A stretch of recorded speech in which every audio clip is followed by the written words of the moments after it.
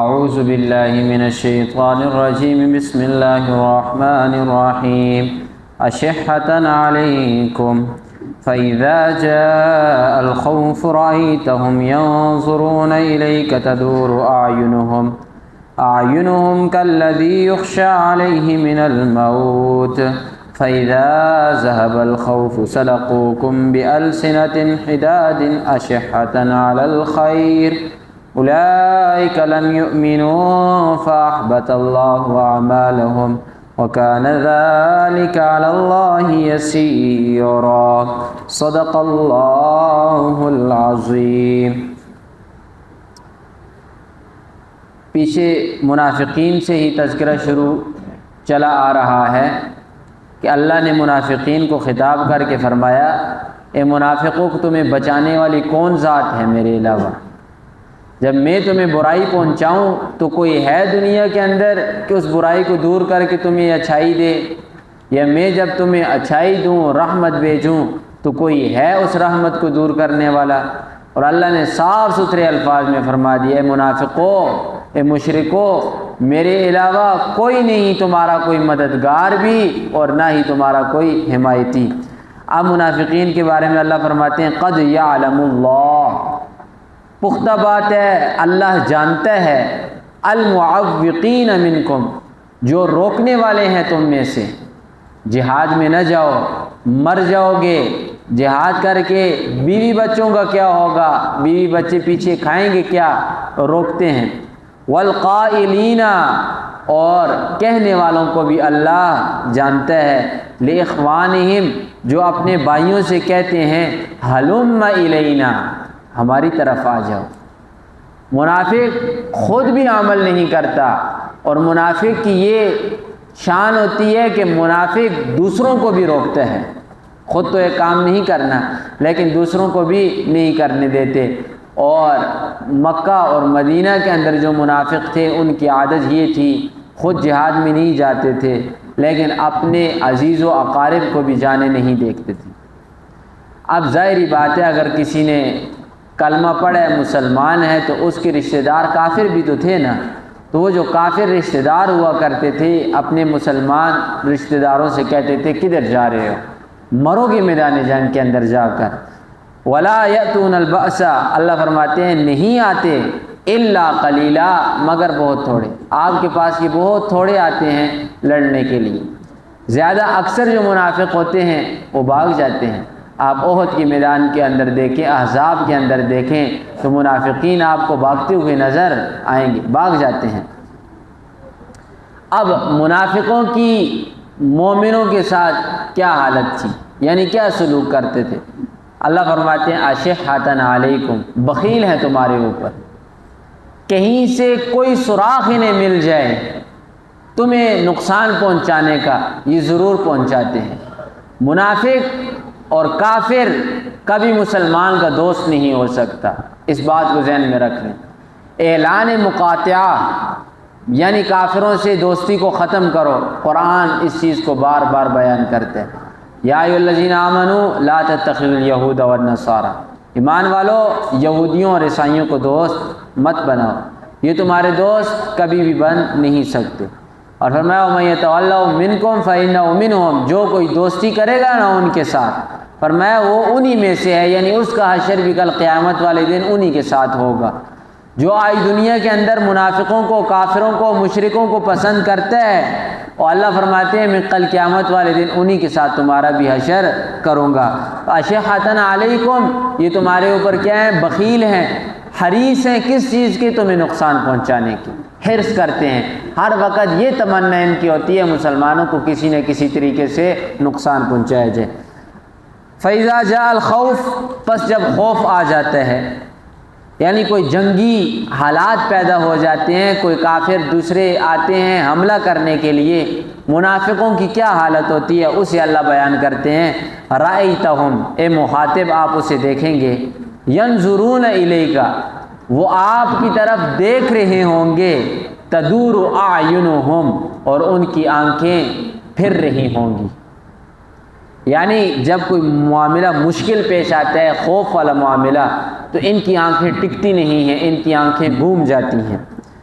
کالذی یخشی علیہ من الموت، کس طرح گھومتی ہیں؟ فرمایا اس شخص کی طرح گھومتی ہے جسے موت نے ڈھانپ لیا ہو۔ اب کسی کو پتہ ہے کہ اب موت نے مجھے پکڑ لیا ہے، مثال کے طور پر کوئی معاملہ لے لیں، اب پتہ چل رہا ہے کہ آدمی کو نظر آ رہی ہے موت کہ اب میں نے مرنا ہے، سارے مر رہے ہیں میں بھی اب مروں گا، تو اس شخص کی جو حالت ہوتی ہے، فرمایا ان منافقوں کی حالت بھی یہی ہوتی ہے جب کسی خوف کو یہ لوگ دیکھتے ہیں۔ فَإِذَا ذَهَبَ الْخَوْفُ، جب خوف چلا جاتا ہے، امن کے اندر آ جاتے ہیں، خوف ختم ہو جاتا ہے، لڑائی وغیرہ، سَلَقُوكُمْ بِأَلْسِنَةٍ حِدَادٍ، فرمایا یہ اپنی زبانیں تیز کر کے تمہارے اوپر چلاتے ہیں، یعنی تیز زبانوں کے ساتھ تمہارے اوپر باتیں کرتے ہیں، جملے کستے ہیں، او مسلمانوں نے یہ کیا، او مسلمانوں کا یہ حال ہے، مسلمانوں کے پاس کھانے کے لیے روٹی نہیں، پہننے کے لیے کپڑا نہیں، اور یہ جنگوں کی باتیں کر رہے ہیں، طرح طرح کی باتیں کرتے ہیں۔ فرمایا یہ زبان خاموش نہیں رکھتے۔ اشحۃ علی الخیر، یہ حریص ہیں کس چیز کے اوپر؟ مال کے اوپر۔ پیسہ آئے جہاں سے آتا ہے آئے، سود کا آئے، حرام کا آئے، حلال کا آئے، کسی کا حق مار کر آئے، کسی طرح بھی آئے، لیکن پیسہ ضرور آئے۔ اور مکہ کے منافقین کی بھی یہی حالت ہے، اور آج کے منافقین کی بھی یہی حالت ہے، پیسے کو نہیں دیکھتے، جہاں سے مرضی ہے پیسہ آئے۔ فرمایا اشحۃ علی الخیر، مال پر حریص ہیں۔ اور پیارے پیغمبر صلی اللہ علیہ وسلم کے زمانے کے جو منافقین تھے ان کی حالت سورہ عنکبوت کی شروع میں ہم نے پڑھی تھی۔ اللہ کیا فرماتے ہیں؟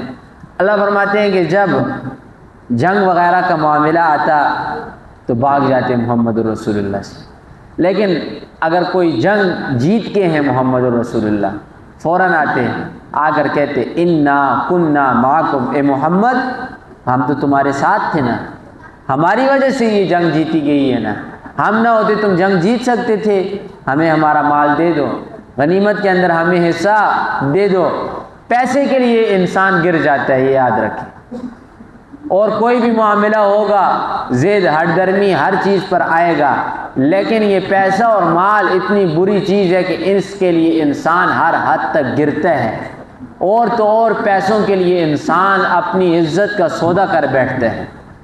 حالانکہ عزت بہت محبوب ہوتی ہے انسان کو، کسی جگہ پر بھی انسان اپنی عزت کو پیش نہیں کرتا، لیکن بعض لوگ پیسوں کی خاطر اپنی عزت کو پیش کر دیتے ہیں۔ تو فرمایا اشحۃ علی الخیر اولئک، یہ وہ لوگ ہیں لم یؤمنوا، جنہوں نے ایمان نہیں لایا۔ اللہ فرماتے ہیں ایمان نہیں لایا، حالانکہ کلمہ پڑھتے تھے لا الہ الا اللہ محمد الرسول اللہ، نماز محمد الرسول اللہ کے ساتھ پیچھے کھڑے ہو کر پڑھتے، صحابہ کے ساتھ صف میں کھڑے ہوتے، زکوٰۃ ہر چیز ادا کرتے۔ اللہ فرماتے ہیں ایمان نہیں لایا، کیا وجہ ہے؟ ہمارے ہاں تو جو رائج ہے مشہور ہے وہ یہی ہے نا، نماز پڑھتا ہو، کلمہ پڑھا ہوا ہو، زکوٰۃ دیتا ہو، یہ کیا ہے؟ مسلمان ہے، ہم اسے ہی مسلمان سمجھتے ہیں کہ نہیں؟ یہ کام سارے منافقین کیا کرتے تھے۔ پھر عرض کرتا ہوں، لیکن اللہ فرماتے ہیں اولئک لم یؤمنوا، انہوں نے ایمان نہیں لایا۔ وجہ کیا ہے؟ وجہ یہی ہے کہ ایمان نام کس چیز کا ہے؟ دل سے تصدیق کرنے۔ انسان دل سے مانے کہ اللہ ایک ہے، حکومت اور نظام چلانے والا اللہ ہے، زندگی موت اللہ کے ہاتھ میں ہے، جب تک دل سے نہیں مانے گا اس چیز کو مومن نہیں بنے گا۔ اسی لیے اللہ نے فرمایا اولئک لم یؤمنوا، انہوں نے ایمان نہیں لایا۔ فاحبط اللہ اعمالهم، اللہ نے ان کے سارے اعمال ضائع کر دیے، برباد ہو گئے ان کے اعمال۔ اب منافق تو تھے لیکن نیکیاں تو کرتے تھے نا، حاجی آگے حاجیوں کو پانی پلایا، مسجد حرام کی صفائی کی، بیت اللہ کا خیال کیا، اور کئی قسم کی نیکیاں یہ لوگ کیا کرتے تھے۔ اللہ فرماتے ہیں افاحبط اللہ اعمالهم، اللہ نے ضائع کر دیے، یہ ان کے تمام کام ضائع ہو گئے۔ پھر دوبارہ عرض کرتا ہوں، کئی مرتبہ یہ بات عرض کر چکا ہوں کہ نیکی کو برقرار رکھنے کے لیے کچھ شرائط ہیں، جب تک یہ شرائط نہیں ہوں گی آپ کی نیکی آپ کو کام نہیں دے گی۔ سب سے پہلی شرط ایمان کا ہونا، ایمان نہیں ہے اور لاکھوں نہیں، کروڑوں نہیں، اربوں نیکیاں کرو، نیکی آپ کو فائدہ نہیں دے گی ایمان کے بغیر۔ دوسری شرط، سب سے بڑی شرط، ایمان بھی ہے، مسلمان بھی ہیں، نیکی کرتے ہیں، تو دوسری شرط آپ کے لیے کہ آپ کے اندر اخلاص ہو۔ نیکی صرف اور صرف اللہ کی ذات کے لیے کی جائے تو وہ نیکی فائدہ دے گی۔ اگر نیکی کرتے وقت کسی انسان کا خیال دل میں آ گیا، نیکی تباہ ہو، برباد، آپ کو نیکی فائدہ نہیں دے گی۔ اور تیسری چیز، نیکی کرتے وقت دیکھا جائے کہ یہ نیکی سنت سے ثابت ہے کہ نہیں۔ بس اگر وہ نیکی سنت سے ثابت ہے، رسول اللہ صلی اللہ علیہ وسلم یا صحابہ میں سے کسی نے وہ کام کیا ہے، پھر تو وہ نیکی آپ کو فائدہ دے گی۔ لیکن اس میں سے اگر کسی نے کام نہیں کیا، یہ آپ کو یہ نیکی فائدہ نہیں دے گی، اگرچہ کتنی ہی بڑی نیکی آپ کریں۔ تو فرمایا اولئک لم یؤمنوا فاحبط اللہ اعمالہم وکان ذلک علی اللہ یسیرا، یہ اللہ کے لیے بہت ہی آسان ہے۔ کسی کے اعمال کو بچائے تب بھی اللہ کے لیے آسان، کسی کے اعمال کو برباد کر دے، تباہ کر دے، یہ بھی اللہ کے لیے آسان ہے۔ یحسبون الاحزاب، گمان کرتے ہیں یہ منافق لوگ، الاحزاب، یہ جو گروہ آئے ہوئے ہیں غزوہ احزاب کے اندر، یعنی سارا عرب جو جمع ہو کر آیا ہوا ہے، اس کے بارے میں یہ لوگ خیال کرتے ہیں لم یذهبوا کہ یہ لوگ نہیں جائیں گے۔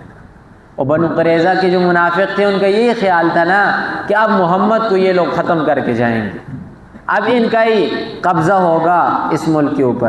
تو فرمایا وَإِن يَأْتِ الْأَحْزَابُ، اگر آئیں بالفرض یہ احزاب دوبارہ، يَوَدُّوا لَوْ أَنَّهُمْ، تو یہ لوگ کیا کریں گے، تمنا کریں گے، بادون فی الاعراب، کہ یہ کہاں رہیں، دیہاتوں کے اندر، یسألون عن انبائکم، یہ آپ کی خبروں کے بارے میں سوال کرتے رہیں۔ یعنی منافقوں نے اب یہ اپنا ذہن بنا لیا ہے کہ محمد الرسول اللہ اور ان کے ساتھی ختم ہوں گے۔ اللہ فرماتے ہیں کہ اگر یہ ختم نہ ہو، یہ احزاب والے واپس چلے جائیں سارے گروہ، دوبارہ کہیں 2-3 سال کے بعد یہ لوگ دوبارہ آئیں، ان کے اندر سے چاہت یہی ہوگی کہ ہم پھر بھاگ جائیں، جا کر دیہاتوں میں بیٹھیں، صرف اور صرف خبریں سنا کریں کہ محمد الرسول اللہ اور ان کے ساتھیوں کے ساتھ کیا ہوا ہے۔ یہ منافق ہیں، اور منافقوں کی یہی حالت ہوتی ہے، اپنے آپ کو سائڈ پہ کرتے ہیں کہ کسی طرح ہم سائڈ پہ ہو جائیں اور لوگ آپس میں لڑتے رہیں۔ منافقوں کی سب سے پہلی نشانی یہ بھی ہے، دوسروں کو لڑا کر خود سائڈ پہ ہو جائیں، ہم نہ آئیں، ہماری بیوی بچوں پر کوئی زد نہ آئے، ہم درمیان میں نہ آئیں، لوگوں کا جو ہوتا ہے ہوتا رہے۔ اللہ فرماتے ہیں وَلَوْ كَانُوا فِيكُمْ، اور اے محمد رسول اللہ اگر یہ سارے کے سارے آپ کے ساتھ اتحاد کریں منافق، تو یہ کہیں کہ محمد ہم آپ کے ساتھ ہیں، تو ما قاتلوا الا قلیلا، پھر بھی یہ بہت تھوڑے لڑیں گے۔ اگر 1000 منافق ہے نا آپ کے ساتھ دعویٰ کر رہا ہے کہ ہم آپ کے ساتھ ہیں، ہم آپ کے ساتھ مل کر لڑیں گے، تو 1000 میں سے 10 یا 20 ہی ہوں گے جو آپ کے ساتھ مل کر لڑنے والے ہوں گے، باقی سائڈ پکڑ جائیں گے۔ اللہ سے دعا ہے عمل کی توفیق عطا فرمائے۔